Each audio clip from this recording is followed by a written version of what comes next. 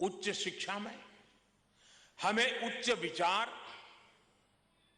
उच्च आचार, उच्च संस्कार और उच्च व्यवहार के साथ ही समाज की समस्याओं का उच्च समाधान भी उपलब्ध कराती है। मेरा आग्रह है कि विद्यार्थियों को कॉलेज, यूनिवर्सिटी के क्लासरूम में तो ज्ञान दे ही, लेकिन उन्हें देश की आशा आकांक्षाओं के साथ भी जोड़ना होगा। इसी मार्ग पर चलते हुए केंद्र सरकार की भी यही कोशिश है कि हम हर स्तर पर देश की आवश्यकताओं में शिक्षण संस्थानों को भागीदार बनाएं। इसी विजन के साथ हमने, जैसा अभी प्रकाश जावड़ेकर जी ने उल्लेख किया, अटल टिंकरिंग लैब की शुरुआत की है। इसमें स्कूली बच्चों में इनोवेशंस की प्रवृत्ति बढ़ाने पर फोकस किया जा रहा है।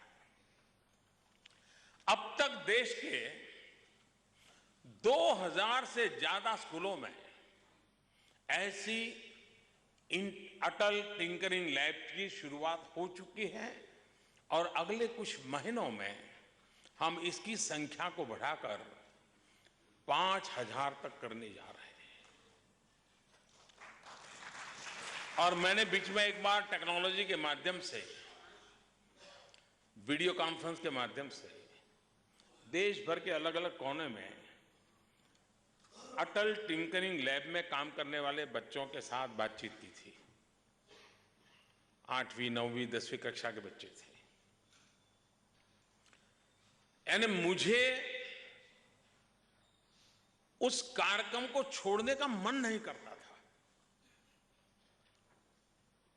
मेरे उस कार्यक्रम के बाद ढेर सारे कार्यक्रमों की पूंछ लगी हुई थी, लेकिन मैं उन बच्चों को सुनना, वो एक एक प्रयोग दिखाते थे कि हमने लैब में ऐसा किया, हमने लैब में ऐसा किया, यानी मैं चकित हो जा रहा था जी। यानी हमारे बच्चों में कितना पोटेंशियल है, उनको थोड़ा सा अवसर दिया जाए, उनके भीतर की शक्तियों को उभरने दिया जाए, कल्पना बाहर का परिणाम देते हैं। थोपा न जाए, समस्या वहीं पैदा होती है।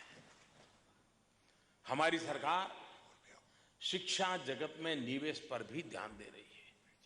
जैसे शिक्षा का इंफ्रास्ट्रक्चर बेहतर बनाने के लिए राइस, RISE, यानी revitalisation of infrastructure and system in education, इस कार्यक्रम को हमने व्यापक रूप से शुरू किया है। इसके जरिए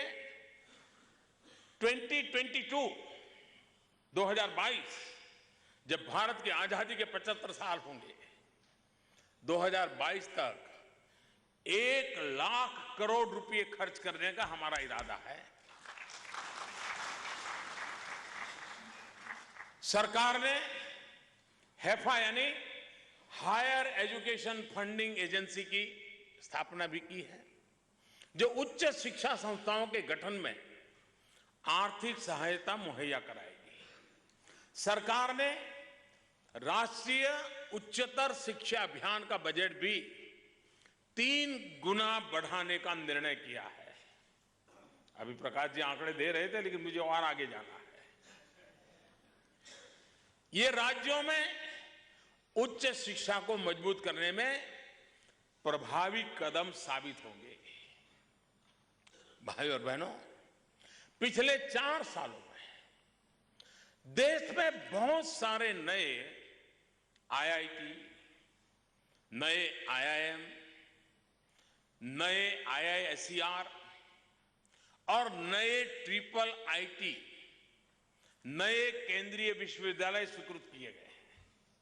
सरकार एक नीति भी लाई है, जिसके अंतर्गत देश में 20 इंस्टीट्यूट्स ऑफ एमिनेंस सेटअप करने की कोशिश की जा रही है। इसमें 10 पब्लिक सेक्टर के और 10 प्राइवेट सेक्टर के होंगे। इस नीति का मकसद देश के शिक्षा संस्थानों को दुनिया के शीर्ष संस्थानों के लिस्ट में शामिल करना। आज हम विश्व स्तर की टॉप 500 में बहुत कम मात्रा में नजर आते हैं। ये स्थिति हमें बदलनी है और इसके लिए सरकार पब्लिक सेक्टर के प्रत्येक इंस्टीट्यूट पर लगभग 1000 करोड़ रुपया अगले कुछ वर्षों में खर्च करेगी। आप इस बात से भी भली भांति परिचित होंगे कि global initiative for academic network यानी ज्ञान GYAN ज्ञान योजना के तहत हम भारतीय संस्थाओं में पढ़ाने में के लिए दुनिया भर के सर्वश्रेष्ठ शिक्षकों को आमंत्रित कर रहे हैं। साथियों, हमारी सरकार शिक्षण संस्थानों में विचारों के खुले प्रवाह की पक्षधर है। हमने IIM जैसे संस्थानों को स्वायत्तता देकर इसकी शुरुआत कर दी है। मैं हैरान हूं, देश में इस बात की चर्चा नहीं हो रही है। विद्वत जन भी पता नहीं चुप बैठे हैं। IIM में जो रिफॉर्म किए गए हैं, शायद हिंदुस्तान में जो रिफॉर्म की बड़ी बड़ी वकालत करने वाले लोग थे, जो पिछले 20-25 साल से लिखते रहे होंगे, शायद उन्होंने भी सोचा नहीं होगा इतनी ताकत के साथ हमने। लेकिन हो जाने के बाद कहीं कुछ अच्छा कहेंगे तो मोदी के खाते में चला जाएगा, तो मुसीबत हो जाए, लिखना बंद कर देते। और इसकी वजह से जो बदलाव आया है, IIM को अपने कोर्स, अपना करिकुलम, टीचर अपॉइंटमेंट, यहां तक कि बोर्ड मेंबर अपॉइंटमेंट, एक्सपेंशन खुद उन्हीं को तय करना है। आप कर लीजिए, मैंने यही कहा, मुझे करके दिखाइए। सरकार कहीं नहीं आएगी, कोई बाबू आके नहीं बैठेगा। अभी उनका जिम्मा है, वो करके दिखाए। भारत में उच्च शिक्षा से जुड़ा ये एक, मैं समझता हूं, एक अभूतपूर्व प्रयोग है और ये फैसला आगे हमें और इंस्टीट्यूट की ओर ले जाना है। हाल ही में UGC ने ग्रेडेड इकोनॉमी रेगुलेशन भी जारी की है, जिससे यूनिवर्सिटियों और कॉलेजों को ऑटोनॉमी दी गई है। इसका उद्देश्य शिक्षा के स्तर को सुधारना तो है ही, इससे उन्हें सर्वश्रेष्ठ बनाने में भी मदद मिलेगी। इस रेगुलेशन की वजह से देश में 60 हायर एजुकेशन इंस्टीट्यूट्स और यूनिवर्सिटीज को ग्रेडेड ऑटोनॉमी मिल चुकी है। इसमें से कई राज्यों की यूनिवर्सिटियां भी उसका हिस्सा है।